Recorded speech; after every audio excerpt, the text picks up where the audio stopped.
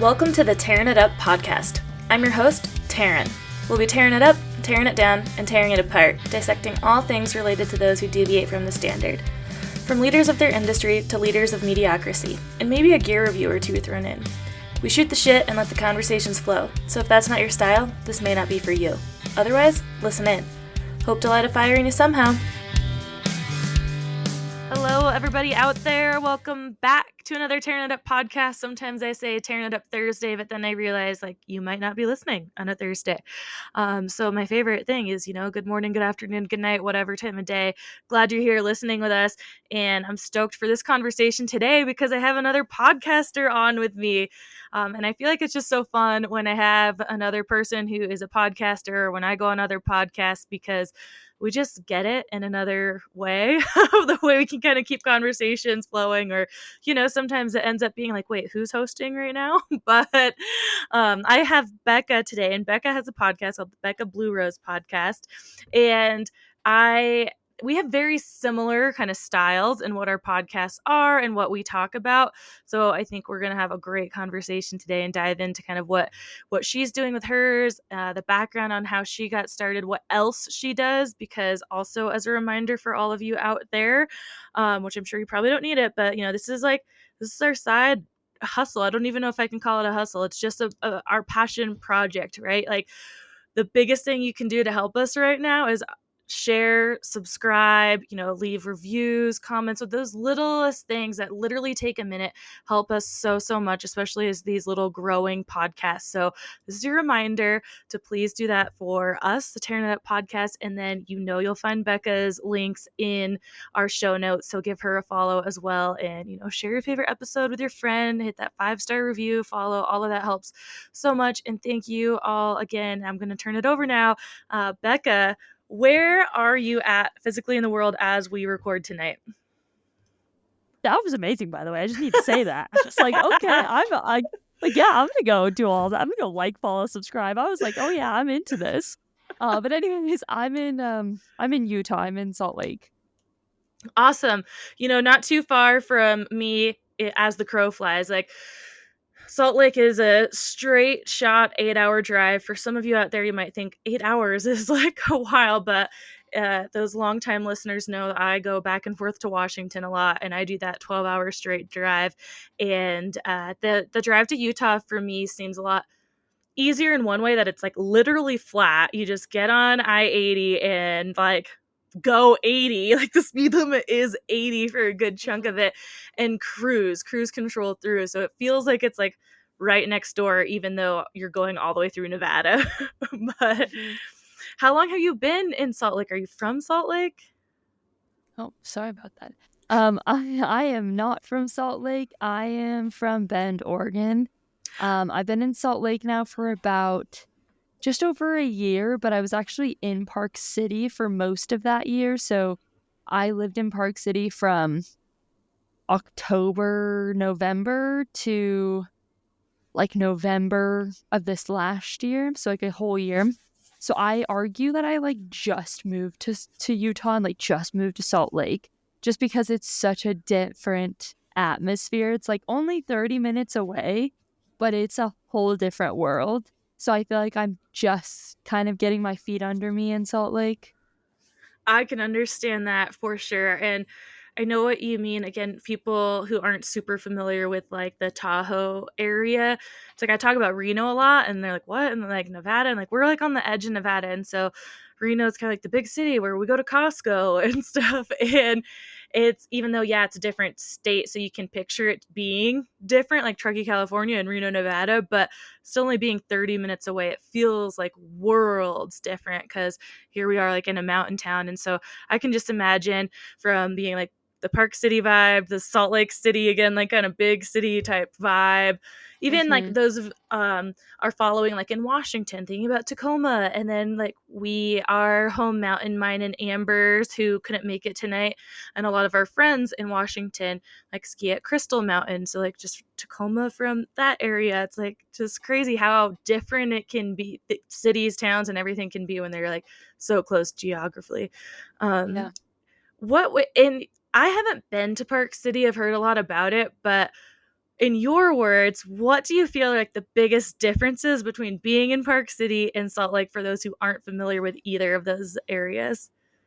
I would probably say the money. I don't know. I think like that maybe that's not right, but just the age. I think also tourism. I think I read that 600,000 people a year in Park City are tourists, and there's only about 30,000 people that live there. So I think the tourist turnover is very large.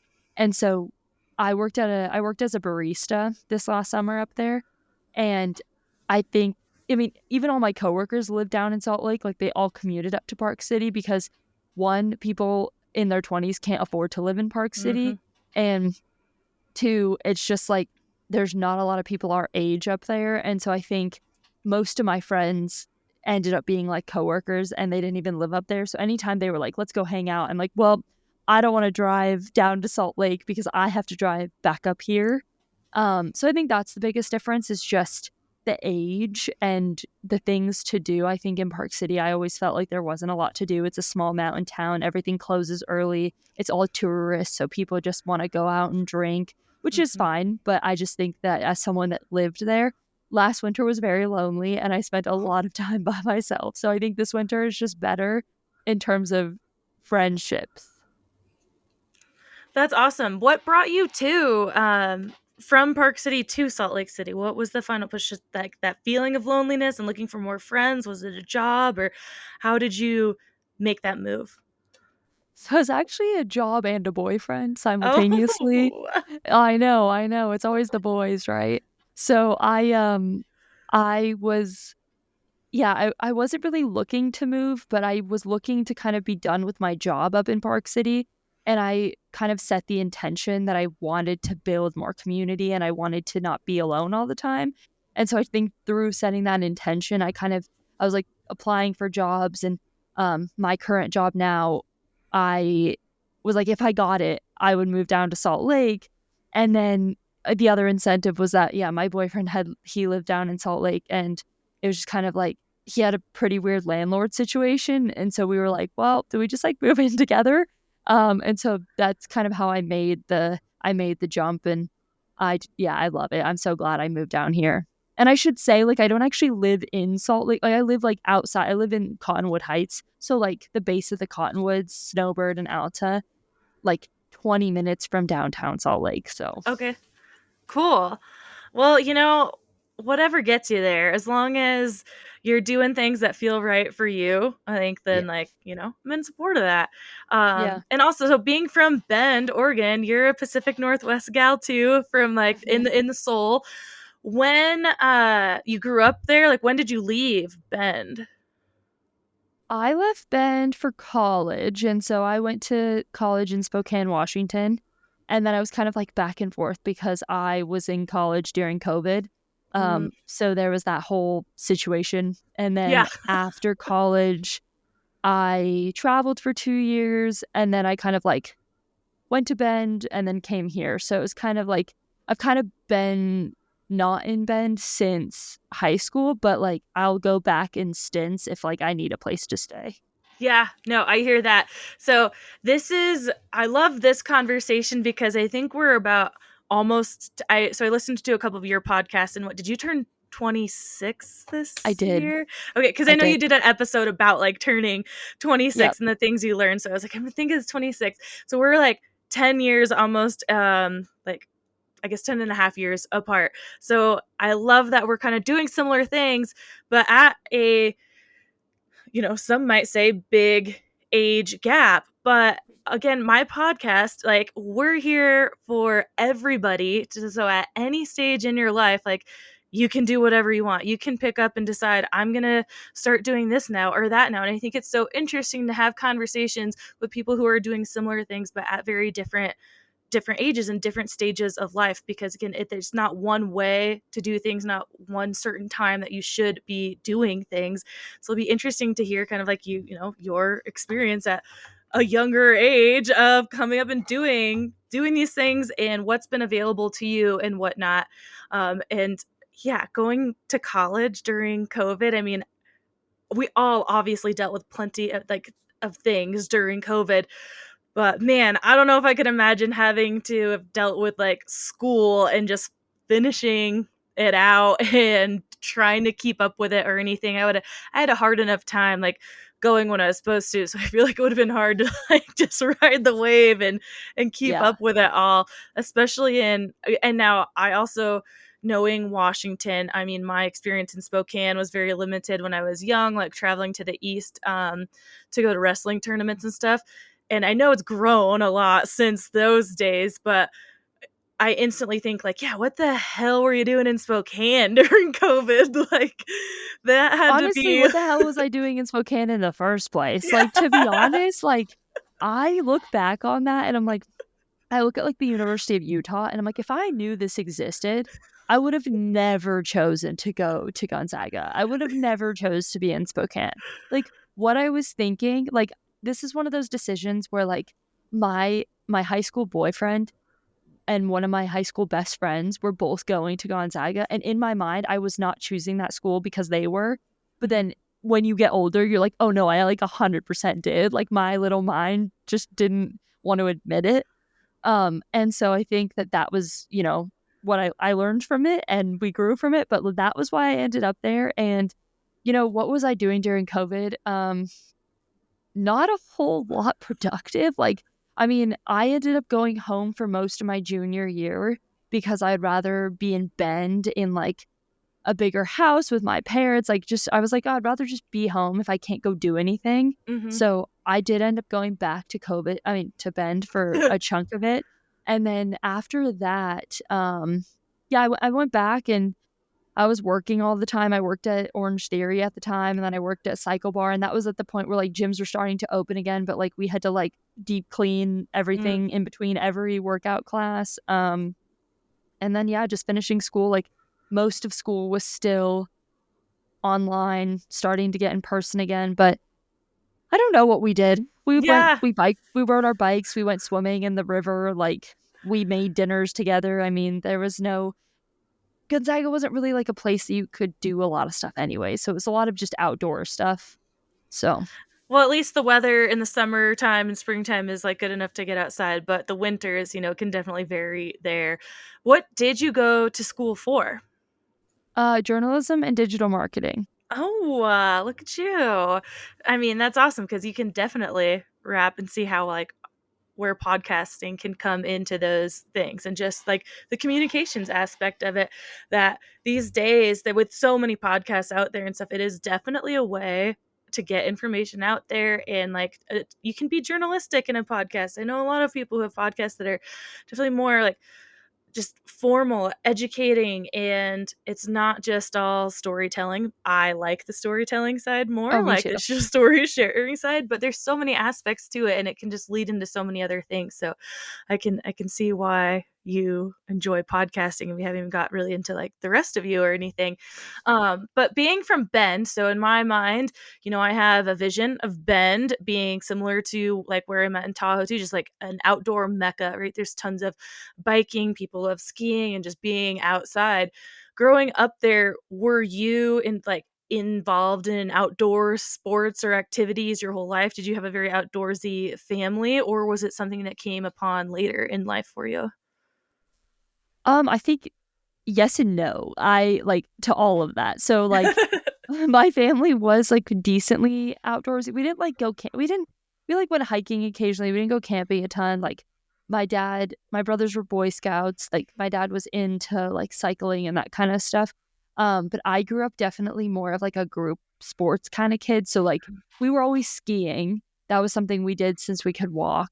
And then other than that, you know, I was a swimmer, so I competitively swam from, like, the age of I think like 3rd grade, however old you are in 3rd grade until like the end of high school, and then I played soccer for a while, but when you're like in a competitive sport, especially now these days, it's so like you can't do anything else outside of it because 'cause you're gonna get hurt, and my 26-year-old brain is like, "Why are people telling 16-year-olds that, like, they can't go hiking on the weekends because they might sprain their ankle?" Like, that's a bit ridiculous to me, but I went on my first backpacking trip my sophomore year of college, and then kind of after that, I uh, that was kind of when I found like hiking in the outdoors, and I got really into hiking for a while. And then last year was my first year really getting into like trail running and ultra running. So it's definitely been like a post college thing to get used to more outdoor activities besides skiing, because I've always skied. So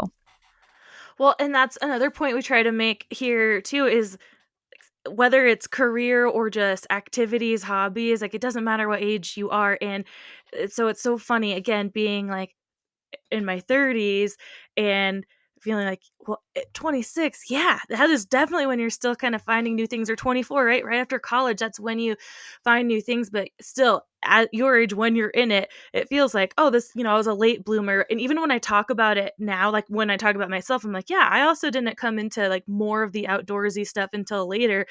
And again, it's like, that's not even later. It's not later. That our perception on age and what's later in life or what's like old is just so funny when you go back and think about it. And like you're saying with the competitive sports thing too, it's that is crazy to think that people tell young kids like, nope, this is your life and you Mhm. need to take this seriously and only do this. And I coached the high school wrestling team.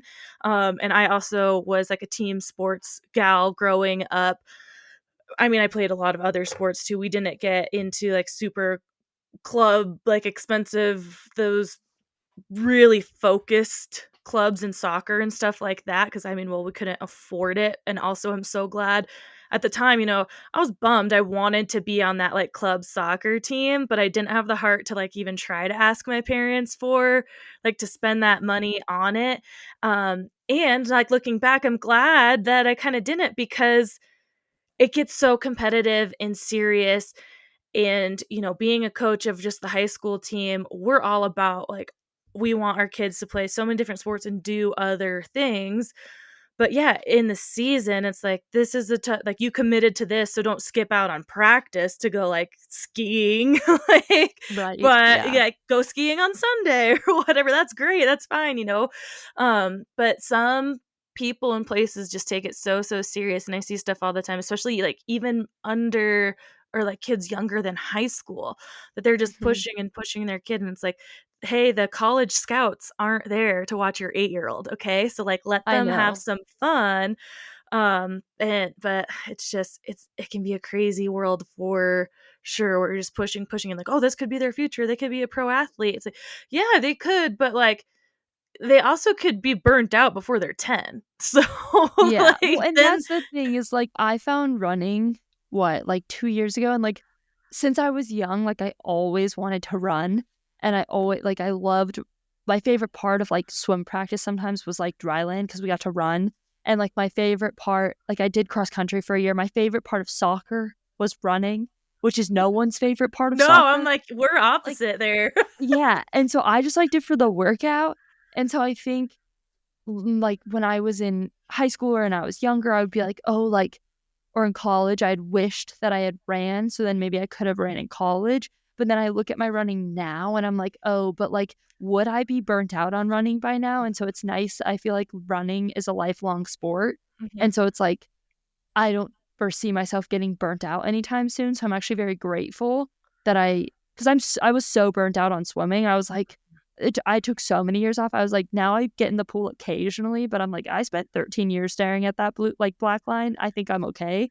yeah. So I'm pretty grateful to find things later in life, and I think in my opinion, I think things find you at the right time. I don't think you're ever too early or too late. I think like things happen at the right time. So I love that, and that's such a good outlook to have. And sometimes we do have to kind of like remove ourselves, like from ourselves almost, and be able to look back and be like, okay, because it is hard to kind of move through life without having regrets sometimes, because that's just I don't know what has been put in our brains and what society, it's just how our mind works. Like, oh, I wish I did this earlier, because for me, it always comes back to like age. Like, I wish I did it earlier so that I was younger when I, peaked, or, if I would have done this first, then maybe I'd be at this stage now, like kind of be 10 years ahead of myself or whatnot. But like you said, life works out in the timing that it should. And yeah, sometimes that can sound very just like, just cliche or even privileged or something, but it is it's it is just true. Like, things work out when they're supposed to work out. You go through your hard, shitty times, but that's where growth is, and that's where most of our growth is in those, like, ugly, dark times, and it's not always easy to look back on and look at it that way, but like I said, without that adversity, then you don't have any change and you don't really have any growth at all. So we have to go through it. But being able to look back at it with a little bit of positivity, at least you find that silver lining, right? And Mhm. I have to remind myself of that kind of often. Like, okay, well, if I would have done this, 5 years ago, like, that doesn't mean I'd still be where I'm at, right? Because doing it now means I have a different sort of like tenacity or grit or resilience to like really work to where I want to be that maybe I didn't have then because I wouldn't have felt that I needed it or something. There's the reasons. There's always the reasons. I'm curious how you did come to running. Like, did just some friends start running, or decide like, hey, that race sounds cool, I'm gonna sign up for it? Like, what got you into kind of doing it to the point where you are competing in races?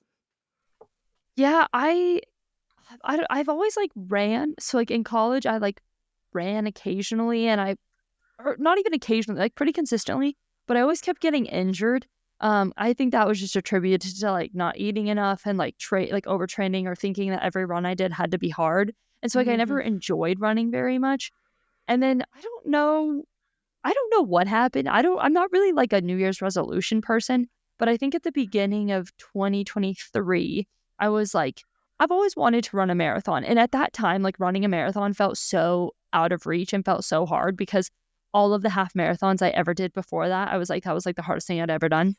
And so I just was like, I'm gonna find a coach. So I just like found a coach and we started working together and I was like, I just want to run a marathon. And so I actually didn't have at that time in my life, like 2023, the beginning of 2023 was a bit rocky for me. I didn't have a lot to do, like look forward to. So I was like, I just need, like, I need a goal. I need Ah. something. And like Mhm. running, moving forward, the like whole, perspective of like, I'm at least moving. And Yeah. so I trained for it by myself the entire time. I didn't have like anyone to run with at this time. I didn't really have like any friends even. And so I was like, okay, like, I'm just going to do it. And so from January until September of 2023, I just like ran 6 days a week. I did everything my coach told me. And then I ran a marathon on September, like 12th of 2023. And after that, so I did it in Snoqualmie Pass, actually in Washington. Oh, cool. Highly recommend that race. It's the Cascade Express Marathon. It is like super flat, but it's a trail race. And it's just like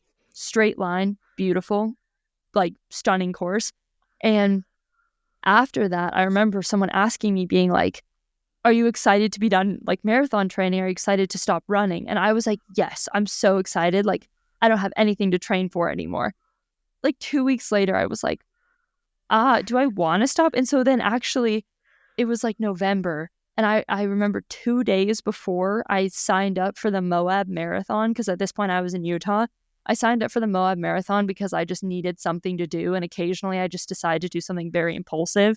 And I'm like, "Oh yeah, let's do that." So 2 days before, like hadn't really ran since the last marathon, went down to Moab for the night and ran the Moab Marathon and it was a trail marathon and I was like, I don't know, I was just like, "Ooh, like I don't know, I kind like, I wasn't really, like, racing it, like, I didn't know Yeah. anything really about racing or, like, I didn't eat anything, I didn't know you're supposed to eat while you were running, which, like, just saying if you have a marathon coach and they don't tell you that, that's kind of a red flag, um, Yeah, but I won't I get didn't into even think that. about that part. I'm like, "Wait, yeah, that by this point you Yeah, had worked with a coach and ran a marathon, but you still were, like, not yeah, sure how to like, get in fuel and nutrient." Yeah, again, you don't during know the what you race, don't yeah. know until Exactly. yeah, so it's like, okay, and then after that, um I was, like, working at Park City Mountain and, I was still running, I was still, like, staying in shape for running, and I was sitting on the chairlift and this guy mentioned to me Speed Goat 50K, and I was just like, "What's that?" Because I was like, "I'm thinking of, like, doing a run, like, a race soon."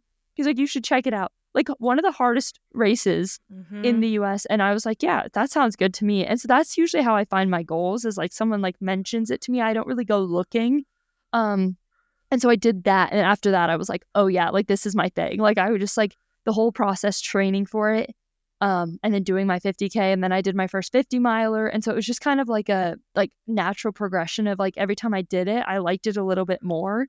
And I really just enjoyed the process. And to be honest, most of this process was by myself. Like I think that that's like an important note is if you're getting into something new, I think you sometimes want to wait for like a friend or someone to want to Mhm. do it with you. But I find that I've actually gotten to a point now where I've been doing it for a year. So it's like, oh, I'm starting to make friends in that Mhm. community. But sometimes you kind of have to get into it by yourself, and it's kind of a lonely process. That's how I That's got a into running. well, that's a really good point there of, like, not waiting. It's kind of like not waiting for something to be perfect, right, before you just do it, and yeah, it can be super hard to do something new without someone else or something like running where you are and you're signing up for these races, right, and those are long days running, like, and that can be lonely and isolating itself, going on, like, a 10-12 mile run or something by yourself, or getting even just the motivation to go, like, is usually the hardest part, right, so you want that buddy to go run with and get that training run in, because if you don't have that buddy, you might not stick to it, you might not do like the miles you're supposed to do. Simply just like with the gym, and you mentioned New Year's resolutions, and I love that because I listened to your episode too about like, not Amber and I have talked about this, not setting like resolutions really, but like goals or intentions and things. And even to that point, where some people are making resolutions or goals like with somebody, not even their own, because they just need that accountability. So, yeah, sometimes we need someone else for accountability, but it says something when you are doing it like truly by yourself, that like you're committed, you're in it. And when you can stick to it like you have, or found like uncovered this passion, you truly know it's something you care about because you are willing to do it by yourself. And now you're finding some friends in it. But it's like, if you didn't truly enjoy this, but you're just going out with that friend all the time because they're like asking you to, then that's when you're going to get burnt out, right? But you know that you have found a new, true passion for yourself, and you're always going to be able to have that instead of Mhm. like, yep, sure, maybe one day you kind of get tired of it, but it's not just a super quick fleeting phase that like, hey, you checked that box and now you're done with it. Like, you're diving deeper and deeper into it. And I feel like I hear that story a lot when it comes to people who get into more endurance races, is that like they did a long one, and at that time, like, yeah, that felt huge and long. Even Sunny Strower, who we had on the podcast, mentioned that, like, running her first half marathons and marathons, like being like, oh yeah, I'll never do that again, kind of thing, and then doing it and like, well, that was interesting, like, let me see if I can go a little bit further, like, oh, that was Mhm. fun.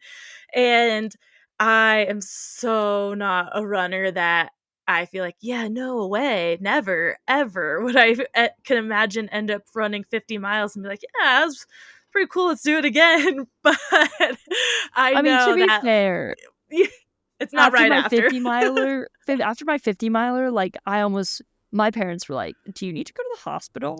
Like Yeah. I was unwell for like Yeah. 3 days. Like the night after, like the night of was like very rough for me, and I was like, "I'm never running again." And then fast forward to now, I'm like, "Do I do that race again this year?" And I'm like, "What is wrong with you?" No, our minds do that to us all the time. I feel that way even after just like a hard long bike ride sometimes, or you do something that just completely exhausts you. And even during the climb, whether you're hiking, backpacking, something, just during the hard part of whatever you're in, you're like, fuck this, never, ever, ever again am I gonna put myself in this situation. This sucks. I like want to be done.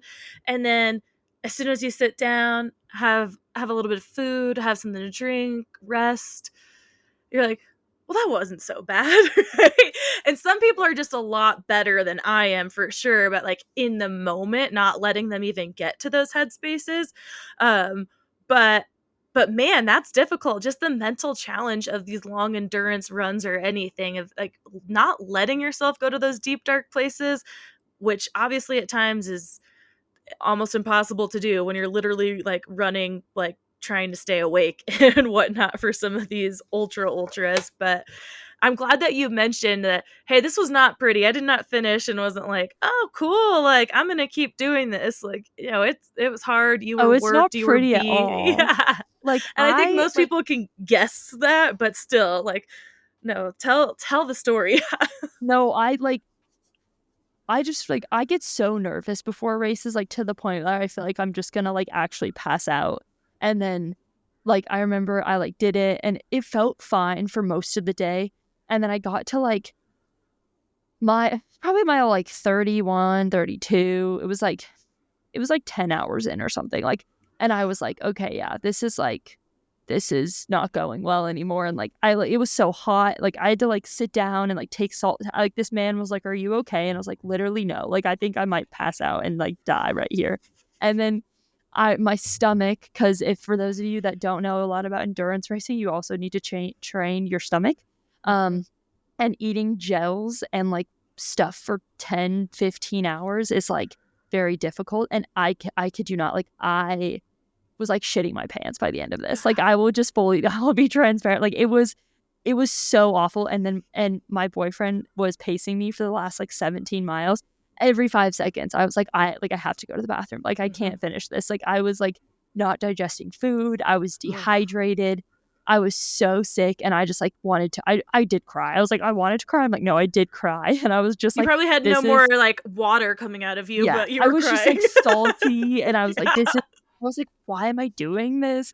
And then you get to the end and you feel really good and you finished it. And then but I did talk about this a little bit on a podcast that I did talk about it. And it's like, I don't know if you've ever felt this way, but it's maybe the reason I don't set a ton of goals anymore, but it's like it's about the idea of like the goal not feeling the way you want it to feel at the Mm. end. And it's like, Mhm. I don't know, sometimes you think that like it's gonna feel like it's like something, I don't know what, but it's Yeah. like it never actually feels the way you want it to feel. So Mhm. it's always a slippery slope of like, I have my why and why am I doing this, but also like getting there and doing it and then being like, I still feel like the same person. Yeah, it's like it anticlimactic, right? You don't this you didn't all of a sudden have this like sunshine and rainbow come out of you and Nope. someone like awarding you this prize and you're like, now I just get to walk through life being happy forever. And a lot of athletes too, professional athletes, and deal with this when they have high goals. Right? And you think about it's talked a lot about with the Olympics, particularly like getting to the Olympics and winning an Olympic medal. And yeah, you get a lot of like glory and media and all these types of things, but it's the after, right? That you have this like, well, what now? Because I got all the glory I wanted, but it doesn't last forever. So whether it's these like smaller goals that you think you're going to feel so good when you reach them and then you don't, or you did reach them, you got a little bit of like, I don't know, some reward for it, but it neither either way it doesn't last forever, and then you go back to that kind of irregular everyday self of, well, what now, or what next, especially because once you reach a goal that maybe is a pretty big goal in your life, again, it's that, especially if you're a driven person and this is what you've been working for a long time, now it feels like you don't have a purpose. You're like, well, I did that, so like what do I do now? Like like Exactly. after your first training, like, or first marathon, like, like am I done, like, or do I keep running, like, do I do another race? Like it can be like you mentioned, kind of a slippery slope, right? Of what do I do now, and how do I set this goal where the expectation of reaching it, might not be what my dreams are, or what if you don't reach it? How are you going to feel? Are you going to be able to kind of pick yourself back up and try again? Like, how much weight are you putting on this goal? What is your expectation on the outcome, and what are you going to do after you reach it, or if you don't reach it? And I don't think we think about that at all. It's just like, I'm going to do this. But again, like, what? Okay, then what, though? Then what? You always have to keep going. So I feel like it can be, they're set as like an end all. So we just get stuck afterwards. Like, again, like, now what? So, Yeah, but I feel like I, that's part of the process. Like, mhm, I don't know. I never think too much about like what I'm gonna do after the thing. Like I'm kind of focused on one thing and then after mhm, that I'll be like, I'm never making a goal again. I don't care. And then like 2 days later I'll be like, I'm gonna do this. So it's yeah. like I know it's just a phase where like it'll be like, okay, maybe I don't know what to do for like a little bit. But I also feel like that's why, I mean, at least in my life, it's always been very important for me to have multiple things. Like I know that there's some people that are very singular focused and singular driven. I've never been that way.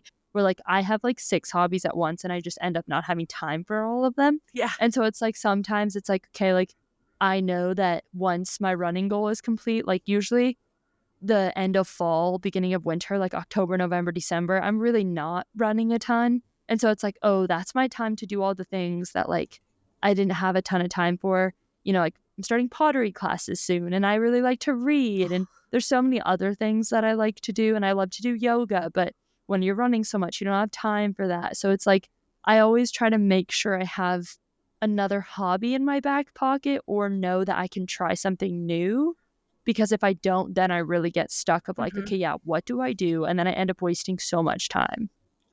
I am the same, like, very multifaceted, do a million different things, and, again, a topic we kinda touch on a lot here is that can get kind of a bad rap sometimes, like, not focusing on one thing.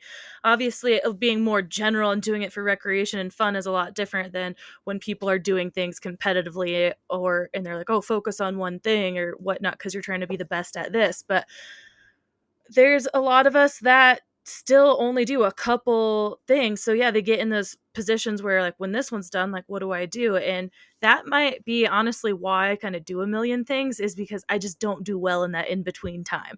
I got to stay busy and yeah, there's I'm sure a million other things I could talk to a therapist about that why I have those feelings or reasons, but whatever. Like I like Yeah. to cope by having things to do and so when there's just the times that you just can't do the thing, seasonally dependent, it's really Mhm. nice to have something else that you can rely on being there or giving yourself that time to try something new. I love that you said you're starting to do pottery classes. Like I that's one thing that I want to do this year as because I'm so busy and keep myself so busy, I don't like allow myself a lot of time to try new things. I was like, "Oh, I want to do that. I want to do that." But I'm not doing it because 'cause I'm like, "Oh, I don't have time," but it's like, yeah, go sign up for one of those classes or even just the, like, little sip and paint type classes that are there, grab a girlfriend or not, just Mhm. go and, paint by numbers type thing, but, yeah, I think the key and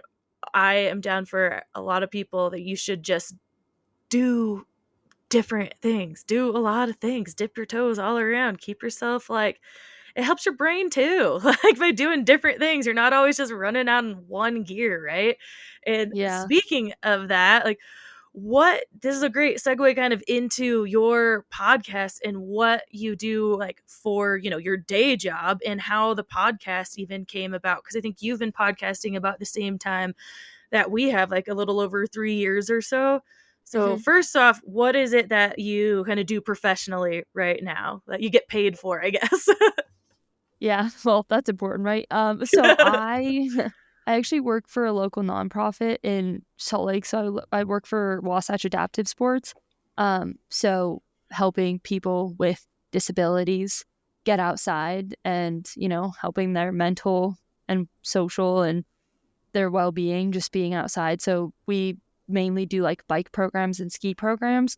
And so I'm the communications manager. So I just do anything related to communication. So I run the social media, I do all the newsletters, I do the press releases, I do all of the like designing and that kind of stuff. So yeah, that's what I do to get paid.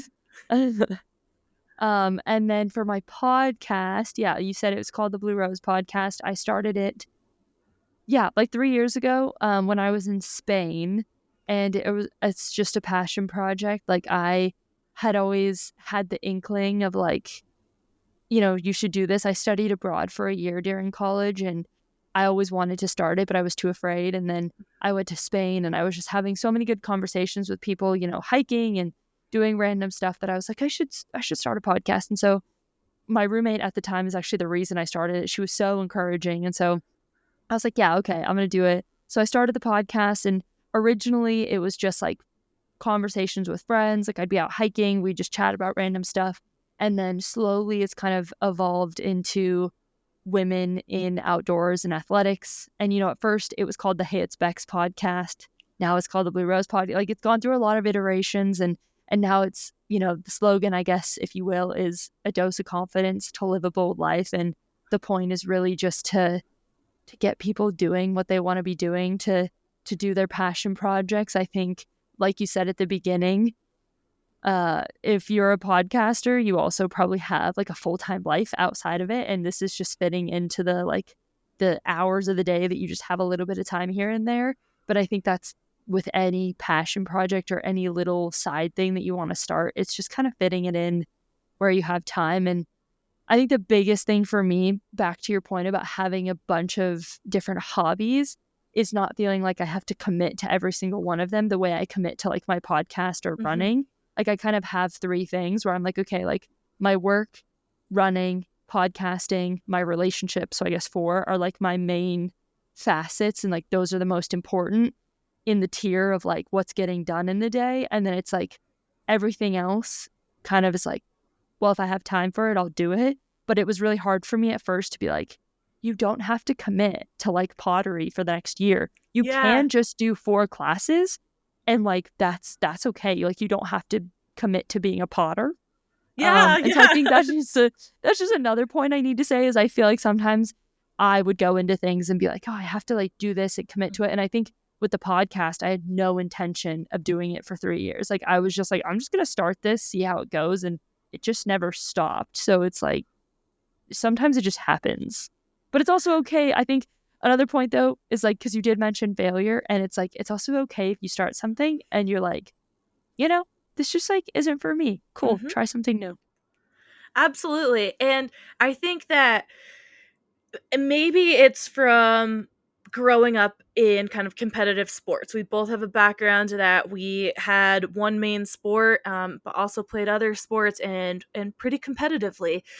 That it's hard not to go all in. I used to always say, I think on my Instagram bio for like ever. It might even still say it on like my personal one because I have too many Instagrams that I eventually started a business one that anyways, since now the main one I use, that's still more personal, but I have this like private page over here. So that's where I think it might say like just like a ride or die because that's how I always described myself. I'm just ride or die. I'm in or out. Like you're going to get Mm. everything or like not. And it has been the last few years that I've really, really been trying to find again a word I kind of hate, but there's no other explanation is like balance that I don't have to be ride or die. It doesn't have to be this is going to be my absolute everything and anything. I can be okay with kind of like trying this. And if it didn't work out, whatever, at least I tried. Or like you said, like, yeah, I can go to one pottery class once in a while just to have some fun. I don't have to be like starting an art studio. Whereas 5 years ago, if I were to start pottery, I'd be like, well, fuck, this is going to have to be my new business. Where's that fifth Instagram handle? Like I got to make it something. Like, how do I do this? And how do I make it like, I don't know, quote unquote, like worth it? There's so much stress on like finances and things. It doesn't ever feel like I had time to do stuff for fun. It's like there had to be a reason behind it. And that mentality for me is like finally shifting. But like you mentioned with the podcast too, without ever having kind of a plan of where it would be or what it would be. I mean, I think this all stems from me wanting to have conversations with people and probably in the most selfish way that I need to stay motivated. I want to stay inspired.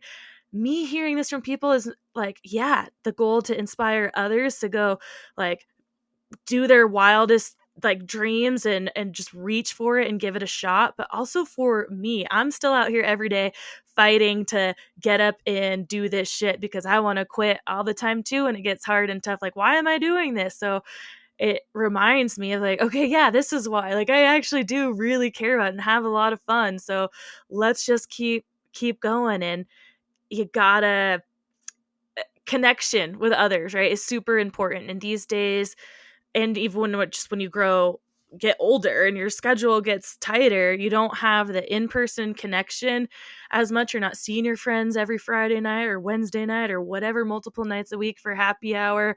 And the way that we can connect like through social media and Zooms, podcasting, things like that, it just keeps me going. I think it keeps a lot of people going. It is Mhm. a love-hate relationship for sure, but so just having that passion project, knowing that you don't have to put commitment into it. You could do it once a year, twice a year, and whatever. If you enjoy doing it, just do it without the pressure. Mhm. Yeah, it is really hard though. I think I think there's a big like what do other people think kind of thing, which is Mhm. also really hard. Because I think there's like the fear of like starting something and then being like, well, I'm not gonna do this. But I don't know. I feel like I've gone away from sharing so much on social media. Like I Mhm. feel like the only thing I really share is my podcast. And other than that, I'm kind of like, okay, I don't need everyone to know like every inch of my life. And I feel like that can help too with starting new hobbies and not feeling pressure is just like just do it for you and like Yeah. don't tell anyone, honestly. Like it's so easy to just like do things with I think that's another point though is like doing things with you in mind and not like other people in mind because I think as a podcaster yourself, I think you can get caught in the like, well, like what do other people want? But I do agree that kind of a selfish passion project where like sometimes I will show up to like before the podcast. Sometimes I'm sure you felt this way. You're like, I don't want to do this right now. You're like, I'm tired and I've had a long day and I just want to not talk to people. And then the second I start talking to someone, I'm like, oh yeah, I'm here and I'm ready. And it's like, I get so much enjoyment and like I've learned so much talking to other people. And I think communication is an undervalued skill sometimes. I think Mhm. that I don't know if we've all had guests that just sometimes cannot hold a conversation. And you're actually like, you know, that you're on here to talk, right? Like I'm Yeah. supposed to ask you about yourself. And so that's been an interesting learning curve as well as like just realizing that there's a lot of people out there that don't talk to people very Mhm. often. And you're like, okay, well, I'm going to take advantage of this time that I have to talk to people. So, I have definitely been in the situations where it's like, okay, this is not like a flowing conversation, and I really hate it to be like kind of question and answer, like, okay, like this, but like I kind of have to probe now, and for multiple reasons. Like you said, maybe if they're just people who don't like talk like that to others in the first place, or like you said, they may be getting on too and like I've had a shitty day, I'm not in the mood, I'm not feeling it, whatever, like, and it feels forced, and I've gotten to the point, that's one thing, not one but one, or one of the many, rather, not the thing that is great about this being like my thing and a passion thing, and I'm not doing it for someone else, like, or working for someone else, is that I can be talking to someone like, you know what, like, let's just reschedule. Like, it yeah. feels like there's too much going on, or if the vibe's not right, like, I don't want this to feel forced whatsoever. I don't have to put this episode out on this day. And if this is like gonna end up being something that's just like blase, and like, why am I doing it? But that's also taken time to learn where, I have committed to something that I'm gonna like do this weekly, that it's like there is stress on me that I put on myself sometimes, like, oh no, like I really want to keep this cadence up. But again, I've found more of a balance with it and being able to say, like, okay, no, let's change course here. Like, let's not do this. I've done some solo episodes, only a couple, but I know you have too. And you were at one point, right, doing 2 episodes a week where you'd have a guest and then a solo podcast, but kind of toned it back because you're like, whoa, this is like just so much on my plate. So being able to shift like that, I'm sure, is something that you can appreciate and take great like kind of pride in. And that was a learning lesson. Yeah, no, I mean, I do the same thing. Like I'm so big on like the energy and the vibe around the podcast. And if someone like I am so honest with people too. If I will email my guests and just be like, I'm so sorry, but like I am so exhausted or I've had just such a weekend, like my mind is just not there and I like cannot show up the way I'd want to show up. And I think people really appreciate that. And I feel like I want to create a space. Like there was one gal that I had on recently and I think we rescheduled like 4 times because it was like I was feeling not great, she was feeling not great, this happened, and I was like, but I love giving myself that space to allow that to happen. Mhm. And then I think yes, I was doing 2 episodes a week and I did scale back because it just was too much, especially like starting a new job. I was just like, I can't. Last winter, like I said, I didn't do anything. Like I spent so much time by myself that like every night, like I'd come home and I'd work on my podcast. And like every Thursday, I would record 2 to 3 episodes with guests. And if you think about it, that's not even like a month of episodes if I'm doing Mhm. one guest episode a week. And so then I was like, and then I would record my solo ones. And I was just like, I'm just putting so much time into this. And originally it was the goal of getting to 100 episodes. I was just like, I just want to get to 100. And then I got to 100 and I was like, and then I think I was like at halfway through last year and I was like, why am I still doing this? I was like, I'm already at 100. Like, I don't need to keep doing this. And then I also allow myself to be like, hey, like, I'm taking 2 weeks off of the podcast because I just need a mental break. Like, historically, I always took January off. Like, this year I'm not, because I don't think I'm as like burnt out, I guess, because I'm not doing so much. But usually I would take January off and be like, you'll hear radio silence. Like, you Yeah. won't hear from me for a month. So Well, just knowing when you need to give yourself space, I think is huge. And again, we can be in a lot of situations where you can't, like you can't give yourself that space. But I think it's important to recognize it so that you can try your hardest to do what you can to get to the point where you can give yourself some space. Recently, I mean, I just gave myself 1 week off of not doing podcast stuff. Like, okay, no one can book this week. I'll make a couple social posts or something, but like I have so much other things on my plate. And I was like, wow, that felt like so good. I should start doing that once a week, like blocking out and more than what I'm doing, kind of taking more things off my plate. But boundaries, it's just simply that, is like setting some boundaries in your life. And I like that you mentioned too, going back to the social media comment, of not sharing so much now on social media. And when I was 26, that's when it was like still somewhat newer. Instagram was definitely newer then, like we had Facebook and whatnot, but that's the height of things where everyone was sharing everything in every moment. And I'm sure you still were in that phase at some point, but it's nice to hear that you have learned, like at 26, right, that like I don't need to be on there, because it feels like very much from the outside that nope, everyone younger is still always about social media and always on their phone. And it's hard to remember you don't have to, especially when you do have something like this, like a podcast that, you're trying to get out there, right? You feel this pressure that I need to be on there and showing myself and doing this and that. It's like, no, we still all deserve a little bit of like just kind of privacy in our own thing. And I think that even I'm taking plenty of lessons from you, and that, you know what, maybe I will look into like something like a pottery class and just go do it myself. Like, not be worried about like, oh, my two girlfriends that I spend the most time with, one just moved and the other one just has a crazy schedule. Like, I I just want to go do it myself. I also don't want to be worried about what someone else's energy might be bringing to that, when I know that I really need this time or space for me.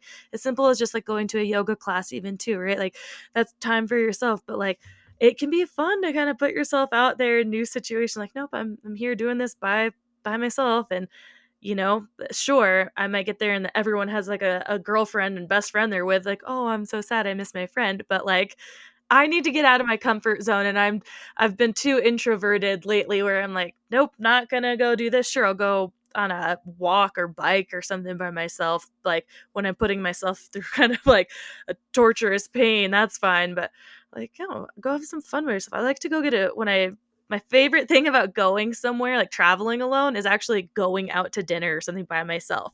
oh And yeah. me and my best friend talked about this. Like, some people cannot do it, but I'm like, no, I love, like, oh, let me go down to the bar and like just kind of sit here, Mhm. drink a fancy cocktail, and like people watch, see what's going on. And but then when someone starts talking to me, I'm like, no, no, no, like I'm on a solo It's mission like, no, here. no, I'm here Like, alone. You like, get yeah, away. like I No, just want I to feel hear like, this drama going on over here. well, and that's the thing though, is like, I feel like doing things alone is like building a muscle, right? It's just, as Hmm. cliche as that sounds, like the more you do it, like I've just done a lot of things alone that now it doesn't even phase me. And most of the time I'm like, I'll meet someone there or I won't, and I'll just enjoy it. But I think the Yeah. biggest thing there is that, like what you said about someone else's energy, is like, I'd rather go alone 10 times over than go with someone that doesn't want to be there. Like, if they don't share Mhm. my excitement, or if they're not going to be like in a good mood, then I just like, I don't know. And sometimes I really do enjoy an experience by myself, because I'm Yeah. like, oh, I can go and really like, I cannot worry about the other person. If they're having a good time, if they're enjoying it, I can just like be there, be in my own space, meet some people, meet some new people, and learn something new. So I love doing things by myself, highly recommend it, but I do just want to say that it is hard and it's a muscle and you have to just practice doing it alone. But I also, excuse me, I also love a good solo. night out. I always called it dating myself. Oh, love that. Yeah. So like put on a cute outfit for you, go to the restaurant you want to go to. I love that. So Absolutely. And like for me, it's most enjoyable when it's an unfamiliar place to you. Like, obviously, yes, all the safety things, tell someone like where you're at least, have yeah. location, something like that on. I'm all for that, but it's funner. And like I said, when I'm visiting a different town or city or something, staying at a hotel, because then I know, like, yeah, I'm not going to just run into someone, and like that can be fun too. But, and I will definitely talk to people. I'm not like they come and sit next to me, but it's usually when it's just like a man that comes and sits down, like, "Oh, how you doing?" And I'm like, "No, no, no, not here You're for like, no, no, that." no. I'm not Like, here to flirt. not, This is my solo evening. yeah, like, no, leave me alone. I don't want to talk to anybody, actually, especially not you. But you're right. You're so right. It's definitely like building a muscle. And I spent a long time doing things solo. So I think that's why now I've just been, like I said, more introverted lately and kind of in a groove that I'm like, no, I need to start like getting back out there the way I used to, and not letting that be the excuse of not doing it. It's like, well, I don't want to do it alone. And so, yeah, there's times that you need accountability and a buddy to kind of get you out there and get yourself going. But I gotta rework that muscle of just going and doing things, because more often than not, I feel like end up being that someone doesn't have the same energy I have. I'm like, well, now this isn't fun because you're too concerned about like what people think. And I'm just like, I just want to be here. I don't Oh, care you if I'm froze. good at it. So, I mean, get out there and stretch that muscle, grow that muscle, do the thing. Don't let anything stop you. Because I think it's kind of both of our missions with what we're doing with our podcast, isn't especially like geared. Is yours women specific? Like, do you only talk to women, or do you have men, or open to those conversations? Yeah, Or like now it's mainly women. I would Mhm, say mostly because my audience is also 80% women mhm, or like 90%. So I think that, some of my guy friends listen, but it really is geared towards women. And I have talked to men before. But sometimes in sports, I'm not going to lie, there's just such a different mentality there. Where, like, I love the guys that I've had on, but sometimes there's just such a different mentality of like, grind it out and like you just got to do it and suck it up, and I'm like, that's like not the message I'm looking for. And I wouldn't be opposed, but yeah, it's mostly women. yeah, same. And we always say we're like, we're not a man hating woman club or anything. Yeah. We've got plenty of guys in our lives, love our male supporters, but like the conversations we have are definitely just geared towards women, because we are women Yeah. and we're talking about what we're going through. Yes. And we definitely deal with things a little bit differently. We take things on differently. We move through this life differently, a majority of us, and Hmm. that's just what we like to talk about and who we like to talk with. But before we get out of here and have any more like technical issues out there, I want to make sure we hit anything that you wanted to cover. So if there's anything you want to let the audience know, or if any of that, let them know, let them hear it. Oh gosh, I don't know. I thought we covered a lot. Um, Yeah. I think same thing that you said though. Is just like I think that fear kind of stops a lot of people from doing things. And, a gal that I had on my podcast, which I love that she said this, and I cannot take it as my own. She was like, fear feels like when you're scared, it feels like you're gonna die, and fear Mhm. feels like it's gonna kill you, but it's not. And I think if you can just step into that fear and try new things and get uncomfortable, you will be surprised what's on the other side of it. And I feel like as I've gotten older, nothing in my life has been planned really. Like I like to think I planned it out just a little bit, but I even have this like huge calendar on my wall right now that's like January through December. You can see every single day, and I planned it out like trips and stuff. And I'm like, in my mind, I think if you, to an extent, if you don't plan it, it won't happen. But in the other part of my mind, I'm like, my life has been like so unplanned. Like nothing has been really planned. So I guess with that, I would just say trust the process, go with the flow, make sure you're doing spontaneous things and try new things and just get out there. Yes, absolutely. I love that. Agree wholeheartedly with it. I'm the queen of like wanting routine to an extent and then wanting spontaneity. Like I have to have both. A little bit of routine, lots of room for spontaneity, and it kind of ebbs and flows. And then also, I mean, just a real quick touch on that fear comment is like fear is a safety mechanism. Like fear keeps us safe. Like that's what our ancestors, whatever, like that's what kept them from, being eaten. It's like being scared and hiding, like having that sense of fear. It's because there's real danger in front of you, or at some point was, right? And now obviously we've evolved where like fear can just take over our mind. It's irrational. We have a lot more irrational fear than not, but yeah, don't let it be the thing to stop you for sure. And get out there, get after it. Just do the thing. Know that other people are out there supporting you, even if you're doing it by yourself. Like we're all out here together, fighting the fight and trying to just move through this life and get things done. Becca, thank you so much for joining us today. Like you guys all know, I said all the links will be in the show notes, and you would help these two little podcasters greatly by giving us both a follow if you haven't yet, a listen, a share, 5-star rating, that again, just clicks of buttons that are super, super easy and help us out so much. So Becca, it's been great talking to you. I can't wait to talk to you again. And everyone out there, thanks for listening, and we'll talk to you next week. We hope you enjoyed this episode and would do us a huge favor, since we don't have any sponsors or anything like that, and would rate and review us on whatever platform it is you use, Spotify, Apple, Stitcher, whatever it is. And if you're listening and downloading just through the website, tarinituppodcast.com, leave comments. We'll definitely engage back with you. And on social media right now, we're just on Instagram. Tarin It Up Podcast is the handle. Like the post, share the post, comment on the post, whatever it is you got. Show us your love so we just stay relevant and show up in the rankings at all. So again, rate and review, please. And we'll see you next time. Thanks.